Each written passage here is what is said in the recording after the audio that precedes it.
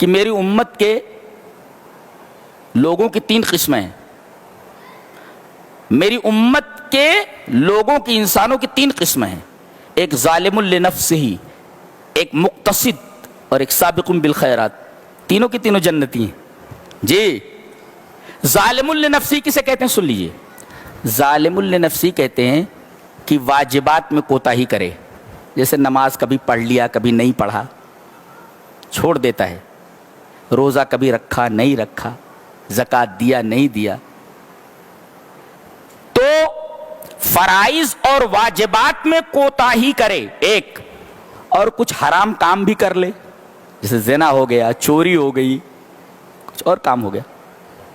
تو واجبات اور فرائض میں کوتاہی کرے اور کچھ محرمات کا بھی ارتکاب کر لے، کچھ حرام چیزیں بھی اس سے صادر ہو جائیں، تو یہ ہے ظالم لنفسہ، اپنے نفس پر ظلم کرنے والا. دوسرے نمبر پر کون ہے؟ مقتصد، میانہ رو. یہ کون ہے؟ جو فرائض اور واجبات کو ادا کرتا ہے، ٹھیک ہے، اور حرام چیزوں سے بچتا ہے. لیکن کبھی کبھی ایسا ہوتا ہے کہ واجبات کی ادائیگی کے ساتھ نوافل نہیں ادا کرتا. مثلا روزے تو رکھتا ہے، مگر 11 مہینے کسی دن روزہ نہیں رکھتا، یعنی نفلی روزے نہیں رکھتے. زکوٰۃ دیتا ہے مگر صدقات نہیں کرتا. نماز پڑھتا ہے مگر کبھی کبھی علی وجہ الاکمل اس کو نہیں پڑھتا. علی وجہ الاکمل کا مطلب کیا ہوا سمجھے؟ حضرت حذیفہ نے دیکھا کہ ایک آدمی نماز پڑھ رہا ہے اور لا یتم رکوع ولا سجودہ، رکوع اور سجدے برابر نہیں کر رہا ہے. جب وہ نماز پڑھ چکا تو بلایا. فلما قضى صلاتہ، جب اس نے اپنی نماز پوری کر لی تو بلایا. تو حضرت حذیفہ نے کہا کیا کر رہے تھے؟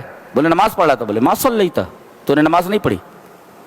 دیکھو نماز پڑھ رہا ہے وہ، مگر حضرت حذیفہ کرے تو نے نماز نہیں پڑھی. اس کا مطلب ہے کہ نماز تو پڑھ رہا ہے مگر علی الوجہ الاکمل نہیں پڑھ رہا ہے. تو ظالم لنفسہ کا مطلب کیا ہوا؟ ظالم لنفسہ کا مطلب ہوا کہ فرائض اور واجبات میں کوتاہی کرے. کبھی نماز چھوڑ دے، کبھی روزہ چھوڑ دے، کبھی کچھ، کبھی کبھی حرام چیزوں کا ارتکاب کر لے. یہ ظالم لنفسہ. اور دوسرے نمبر پہ مقتصد، میانہ رو، واجبات اور فرائض کی ادائیگی کرتا ہے مگر کبھی کبھی علی وجہ الاکمل نہیں کرتا، حرام چیزوں سے بچتا ہے.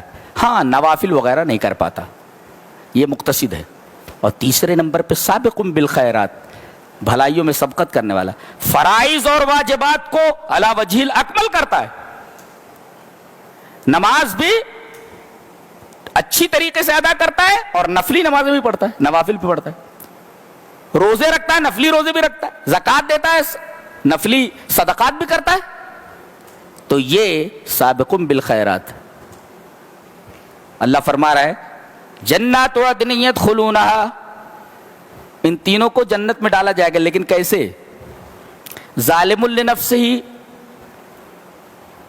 یغفر لہ، اسے معاف کر دیا جائے گا، یا سزا دے کر اسے جنت میں ڈالا جائے گا. یہ معاف کر دیا جائے گا، یا تو سزا دے دی جائے گی، یا اللہ اپنی رحمت سے معاف کر دے گا، یا نبی کے سفارش کے دائرے میں آ جائے گا، معاف کر دیا جائے گا. یہ ظالم لنفسہ ہی. اور دوسرے نمبر پہ مقتصد ہے، اس سے آسان حساب لے کر چھوڑ دیا جائے گا. خلل سے، ٹھیک ہے، نکل لے، نکل، جنت میں چلا جا. فرائض کی ادائیگی کر لی ہے نا، ٹھیک ہے، کمیاں تھیں، آسان حساب ہے. یحاسب حسابا یسیرا، یہ دوسرا جو ہے مقتصد. اور تیسرے سے کہا جائے گا کون؟ سابق بالخیرات، یدخلون بغیر حساب، جنت میں بلا حساب داخلہ. یہ تین قسمیں ہیں، تینوں جنت میں جانے والے ہیں.